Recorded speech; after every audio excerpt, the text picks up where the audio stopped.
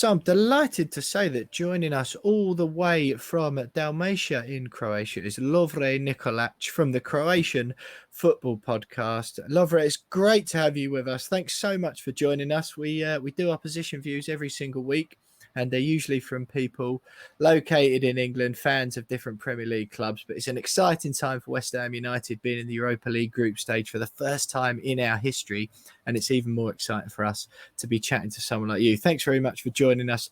First of all, straight into it then, really. I mean, what can West Ham fans expect from Dinamo Zagreb Thursday night away? In the famous Croatian city. Yeah, in the famous Croatian city, you're going to be lining up at Maksimir, the home of Dynamo and the Croatian national team. So you're probably going to expect a electric atmosphere. That is a definite. If you're asking about the team is definitely going to line up in a somewhat of a 3-5-2. Maybe you're going to have a lone defensive midfielder and a demi, but we'll get to the we'll get to the team for sure. Yeah. So, I mean, again, it's a new experience for West Ham fans. What can they expect? First of all, I think we've sold out our 1,253 was the allocation. I think some fans were a little bit disappointed that was low, given it's our first proper European adventure. They have sold out. There's quite a few fans expected to travel. What can they expect from the city and the stadium? First of all. Well, the Dinamo fans posted a letter or some kind online today. They basically don't wear Vlasic shirts, and you're gonna be okay. Right. You're gonna be perfectly fine if you don't wear a Vlasic shirt or a Šuker shirt, because some people are kind of on a hot debate with Šuker after he retired and became president of the federation. So just don't wear a Šuker or Vlasic shirt if you're not looking for trouble. Yeah. I don't think for sure. They're almost certain that there's going to be no Devil Suker shirts floating around. He wasn't that great for West Ham. Yeah, but just explain a bit of that then. So it's Vlasic is because he came through the Hajduk Split Academy, I understand, who are Zagreb's bitter rivals. Is that right? Yeah, biggest rivals in Croatian history, that is. Yeah. But yeah, he came up. He signed with Everton. You probably remember that. After Hajduk played them in a playoff for the Europa League, which Everton eventually won over both legs. But Vlasic was pretty dominant in the midfield, basically dribbling for every player he came up against in that Everton side. Yeah. What's the story with Suker as well? Then you mentioned, is it because of is it the same reason or because of his stuff after the game? Just after the game, it's just that what he did as president and all that stuff, but that's too much, and probably a lot of private stuff. So yeah, fair enough. So, Lovre, if for West Ham fans, it's fair to say, because we're relatively inexperienced playing against these European sides. We played Atalanta, Italian Champions League side, of course, in a pre-season friendly and beat them earlier this summer. They were a little further behind in their preparation for the season than we were, so that may have explained it. But what sort of level can West Ham fans expect? We're doing okay in the Premier League. We're 7th at the moment, had a decent finish of 6th last season as well. So what sort of quality of football can West Ham fans expect from Dynamo on Thursday? Well, I hope the same level of football we played against Tottenham last time out when they came. So if Dinamo can play like that, then that'll be fine. But sadly, Dinamo has kind of fallen. We're in the Europa League because Dinamo lost to Sheriff Tiraspol of all clubs. Right? Yeah. That's their first ever time in the Champions League, isn't it? It is. But Dinamo is now in the Europa League and playing against West Ham the first game. But you can definitely expect something close to the Tottenham game. Basically, but more. It's basically gonna start with just Dinamo probably being on the backside for the most of the first half. The other half, it's probably gonna be guns blazing. I hope if something happens in the first half. Sure, yeah. So those listening who don't know, Dinamo Zagreb last season knocked Tottenham out of West Ham's bitter rivals, Tottenham Hotspur. Knocked them out of the Europa League. Tottenham won 2-0 in the first leg in London before Dynamo pulled off an outstanding 3-0 victory in March in the second leg back in Croatia to knock Spurs out the round of 16. They're also, Dynamo, I noticed, Lovre, top of the league at the moment. Yeah, they are. They are 7 games played, level on points with Hajduk, and they've played one less as well. So going good guns domestically at the moment.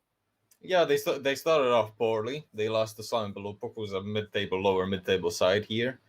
But after that, they just got back into form, and now they both, because in Croatia you have a rule you can postpone one match in the qualifications for Europe, and when you reach the group stages. So now they postponed that the big game against Hajduk, which was supposed to come this weekend. All right. So they have more preparation for the next game after West Ham. Yeah. So so am I right in thinking? So did Zagreb play the weekend just gone, or are they? Yeah, they have.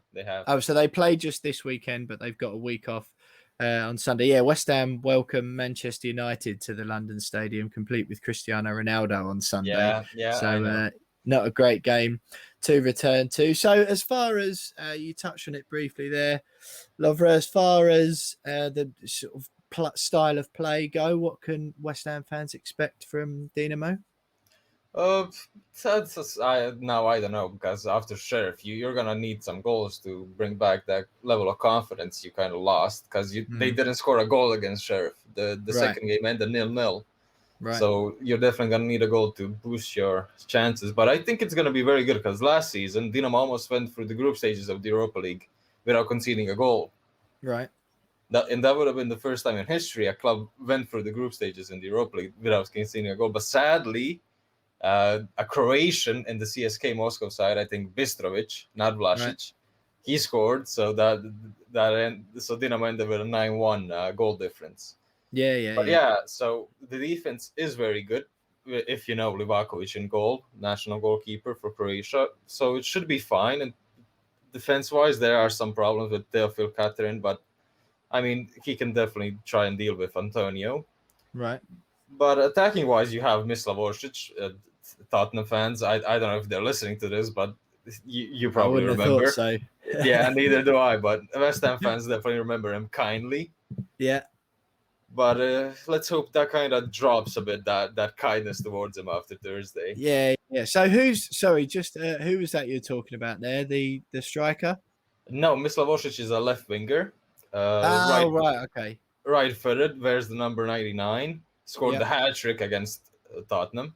Right. Sorry, I'm with you. Yeah. From last season, of course. Yeah. So, what are Dinamo quite a defensive side generally? Anyway, are you expecting a quite low-scoring, cagey game, or sort of the opposite? Yeah, that's most of the kind of. They basically are a possessions-based style team in Europe. In Croatia, they're just dominant, have possession, have shots, whatever. But it will definitely be somewhat of a quiet game, but there are going to be a couple of goals, I think. Yeah. I hope. Support for the We Are West Ham podcast is brought to you by Manscaped, who are the men's below-the-waist champions of the world. Manscaped offer precision-engineered tools for your family jewels, and they just launched their 4th-generation trimmer, the Lawnmower 4.0, all across Europe. Yep, you can join 2 million men worldwide who trust Manscaped, who we've teamed up with to bring you 20% off and free worldwide shipping with the promo code WeAreWestHam. That's all one word, WeAreWestHam at manscaped.com. Imagine shaving with a sleek, well-designed and optimized trimmer that makes shaving time your favorite time, just like watching West Ham is your favorite time of the week. We're lucky enough to be one of the first to try the new 4.0, and it's fair to say we're blown away by its performance. It's a next level product that really will change the way you approach your grooming routine. James, trimmers, shaving, keeping yourself nice and tidy down there. Any funny or embarrassing stories? Nothing from me. I'm not saying I'm a pro or anything, but nothing from me. But a friend of mine has quite an embarrassing story, which I always think about. Always makes me giggle. Particularly after a few beers when we go out a night out with him. But on a Magaluf lads holiday about 10 years ago, he thought on his first night he'd give himself a little bit of a tidy up, and as you do. As you do, yeah. But he first time he'd ever done it, so he wasn't, he didn't really know about the aftercare and everything that comes with it, and spent a good 24, 36 hours in agony because of the Magaluf heat and the sweating that comes with it naturally. and it was very uncomfortable for him. So he got absolutely no luck, which was his intention. And so we've laughed about it ever since. What about you, mate? Yeah, to be honest, mate, I used to be a regular waxer, believe it or not. Just a little professional studio we had near my work in an old life. This was, and I used to go and get it done in a salon, but it's an expensive way of doing it. It's like 40 quid a go every 6 weeks or whatever it was. And then so one day I thought, oh, I'll have a go at this at home. It's got to be cheaper. Bought all the strips, and I won't go into details, but it was very, very painful. And it was not a pretty sight afterwards either. So from then on, switched to trimmers, and it's been shavers all the way for me since then. Clean and tidy, no hassle, very, very similar effect. So not details, but it was not pretty. So trimmers all the way. To be fair, Matt, I never had you down as a waxer, if I'm honest. But yeah, I mean, you learn something new every day, didn't you? Manscaped have engineered the ultimate groin and body trimmer to combat all those embarrassing stories once and for all by focusing on intelligent functionality and incredibly comfortable grooming experience. Their 4th generation trimmer features a cutting-edge ceramic blade to reduce grooming accidents thanks to advanced skin-safe technology, and it also has a very impressive 4,000 LED spotlight, which I can show you right there. Well, hey, have a look at that. Shaving in the dark. Shaving in the dark, just in case you need to, for whatever reason. I wouldn't recommend it. For the awkward dark spots. Little dark spots. Again, if you've got any, it comes in handy. And that can be turned on and off when needed for a more precise shave. This thing literally does have everything. It even boasts wireless charging, additional guard links with sizes 1 to 4, and a multi-function on and off switch that can engage travel lock. So lads, if you need to up your game when it comes to tidying up your trophy cabinet, or if you've been shaving down below with the same trimmer you use for your face, now's the time to dip into the transfer market and bring in a superstar signing who will upgrade your look and feel instantly. West Ham have done just that this summer, so now it's your turn. So head over to manscaped.com for 20% off and free worldwide shipping with the code WeAreWestHam. That's all one word, WeAreWestHam. You wouldn't stick a goalkeeper up front if you're a manager, so why choose anything other than the right tools for the job when it comes to your grooming? Trust us, you won't regret it. Yeah, that might suit West Ham. I mean, West Ham are sort of used to letting the other team have the ball and hitting quickly on and decisively on the counter attack. So if Dynamo are looking to have the ball, that may suit us. What are we talking about? In star players, you've mentioned a couple there, but who are Dynamo's sort of dangerous players that West Ham fans watching either at home or in Croatia should be looking out for? Well, first off, as I said, Oršić, is definitely, he has a powerful right foot. He's Robin-esque, but on the left wing, right, with his right foot. So that's what you can expect from him. Second top player is probably Ademi, the captain. He can basically play on both sides of the pitch. Yeah, he can score, he can defend, he can tackle, whatever. And I don't know if I should put Bruno Petkovic, because he's gonna kind of been on a downfall recently in terms of form. Ever since the last manager of Dynamo left, Bjelica, where he played perfectly, and now Kuznas has come in, and I think Petkovic is maybe mentally has kind of fallen after he came in. But yeah, those 3 players are definitely to look out for. Okay, fair enough. And West Ham fans are seriously excited for this tournament, understandably. How do the Dynamo fans look at it? Because do they look at it? Are they excited and are they thrilled by the tournament, or is it considered a bit of an inconvenience for them? Well, I wouldn't say an inconvenience. I mean, after you got lost at Sheriff Tiraspol and go back to the Europa League for 2nd year running, you're gonna, and you see the group. Okay, West Ham, I think, is the only one who could challenge Dynamo. Right. Genk and Rapid should be easier games, so that is definitely how the fans look at it as well. Maybe Genk could pull off a point, but I don't see anything much from Rapid.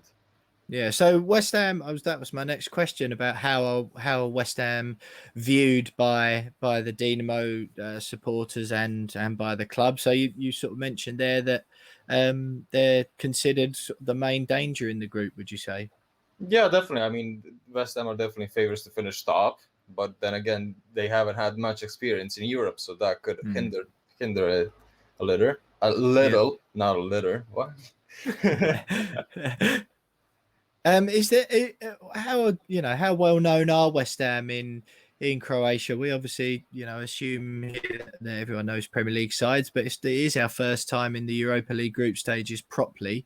Are they sort of a well-known or well-respected club? I mean, we've got some Croatian links, of course, with Slaven Bilic, probably our most favoured one of all time, I would say. Yeah, and you have a fan in me as well, if you didn't know that. Yeah. Yeah, I didn't know that. Yeah, you should have checked my Twitter account before you went on, because I have been kind of on the West Ham train since Bilic came in. That's when I kind of started being a fan. Now the Vlasic is in, I am definitely following. Double down. Yeah. So yeah, but you have a couple of, I would say, groups. There's I think a pub in Zagreb, that was supposed to kind of host West Ham fans, like 400, 500. Oh, right. So yeah, you have very good links here, I hope. I don't know for the rest of the country, but Zagreb, I think, is very friendly. Yeah. So the Dinamo Zagreb fans, they're sort of, how are they? What will they be pleased with from the game? Will they want a win, or will they be happy with a draw? I think they would be happy with a draw. Well, I mean, depends on who you ask. The ultras, like the heavy ultras, are definitely gonna ask for a win, because the way the ultras see it are another club from London, rivals from Tottenham. If we beat Tottenham, we can beat West Ham. Yeah, sure. Is there what sort of atmosphere can the fans expect who are travelling to Croatia, Lovre? Is there? You mentioned the ultras there. I think there's often some misunderstanding around that word in England. I think people automatically sometimes assume that means hooligans or that means violence. I'm not so sure that's always the case. It's obviously different in different parts of Europe. But what are the Dinamo Zagreb fan base like, and what atmosphere can the West Ham fans expect in the stadium? Well, I hope it isn't violent, because last time, actually, when Legia Warsaw came to Zagreb, they had a big fight. But then again, Legia is kind of closer, and they have had some history. Yeah, sure. But it should be fairly easy. It shouldn't get violent. Maybe you'll hear some chants probably about being English, and just, you're probably gonna hear jokes if you meet a Croatian in Zagreb, and about the 4-2 game. Not about the 4-2, but that's yours to say to us. But the 2-1 game with Mandzukic in the semi-final, you'll probably hear that. Sure. Yeah. But so go on. Yeah, but probably a couple of jokes with the hometown lads from Zagreb. But it shouldn't get hostile. If the ultras plan something, I hope it's nothing too violent. Yeah, sure. Excellent. Well, Lovre, it's absolutely brilliant to have you on. We really do appreciate it. It'd be great to chat to you ahead of the second leg in London in a few weeks' time. But it's brilliant to have our first ever European opposition view guest. And so just quickly, obviously, as we always do this, before we let you go, what's your score prediction for the game Thursday night, 5:45 kickoff at Dinamo Zagreb? You know what? Because I'm kind of, I want Croatia to be good in Europe, and Dinamo is only representative in Europe this season. Yep. And I'm a fan of West Ham, so let's say 1-1 draw. 1-1 draw, yeah. I think, you know what? I think most West Ham fans, from our first away venture in the Europa League against the probably the strongest side in the group outside of ourselves, I think everyone would take that. But look, Lovre Nikolac there from the Croatian Football Podcast. Absolutely brilliant having you on. Thanks so much for joining us, and stay